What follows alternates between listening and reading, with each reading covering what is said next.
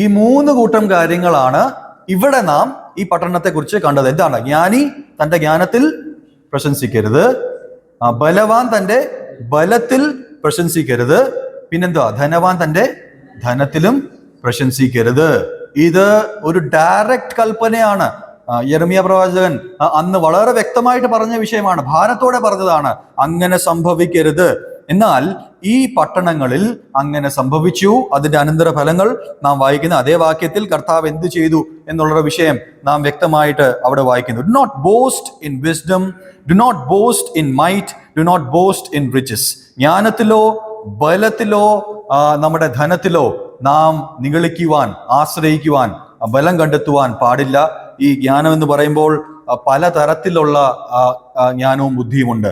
നമ്മുടെ ബുദ്ധിയിൽ ആശ്രയിക്കുക എന്ന് പറഞ്ഞാൽ നമ്മൾ ദൈവത്തെക്കാൾ മുകളിൽ ചില കാര്യങ്ങളിൽ നമ്മളെക്കാൾ കൂടുതൽ ആരുമില്ല എന്നുള്ളൊരു ധാരണയിൽ ജീവിക്കുന്നത്. പല അർത്ഥങ്ങളിൽ നമുക്ക് അതിനെ ജ്ഞാനത്തിൽ ആശ്രയിക്കരുത് എന്ന് പറയുമ്പോൾ ചിന്തിക്കുവാൻ സാധിക്കും. ബലം എന്ന് പറഞ്ഞാൽ പല രീതിയിലുള്ള ബലമുണ്ട്. രാഷ്ട്രീയ ബലമുണ്ട്, നമ്മുടെ കായിക ബലമുണ്ട്, നമ്മുടെ പല രീതി മാനസികമായ ബലമുണ്ട്, പല രീതിയിലുള്ള ബലമുണ്ട്. അതിൽ ആശ്രയിക്കരുത് എന്നാണ് ദൈവവചനം പഠിപ്പിക്കുന്നത്. ധനം എന്ന് പറയുന്നാൽ ആക്ഷരികമായിട്ട് തങ്കവും വെള്ളിയും ശരിയായിട്ട് ധനമാണ്.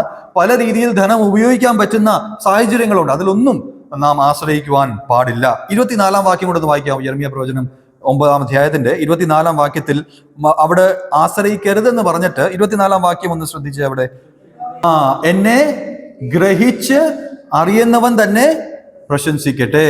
അപ്പോൾ പ്രശംസിക്കുന്നത് ഏതിലാണ്? കർത്താവിനെ കുറിച്ചുള്ള അറിവ്, knowledge about Lord God almighty. അപ്പോൾ നമുക്ക് പ്രശംസിക്കുവാൻ വകയുള്ളത് ഈ ഒരു കാര്യത്തിൽ മാത്രമേ ഉള്ളൂ. നമ്മുടെ കർത്താവിനെ കുറിച്ചുള്ള അറിവ് എത്രത്തോളം എനിക്കുണ്ട്, അതിൽ എനിക്ക് പ്രശംസിക്കുവാൻ കഴിയും. ഒരു പരിധിവരെ കർത്താവിനെ നമുക്കൊരിക്കലും അറിഞ്ഞു തീർക്കുവാൻ സാധ്യമല്ല. എന്നാൽ യെരമ്യാ പ്രവാചകൻ പറയുന്നത്, നിങ്ങൾ ഈ 3 കാര്യത്തിൽ പ്രശംസിക്കരുത്, എന്നാൽ നിങ്ങൾ പ്രശംസിക്കുവാൻ വകയുള്ളത് ഏതിലാ? കർത്താവിനെ കുറിച്ചുള്ള നിങ്ങളെ അറിവ്.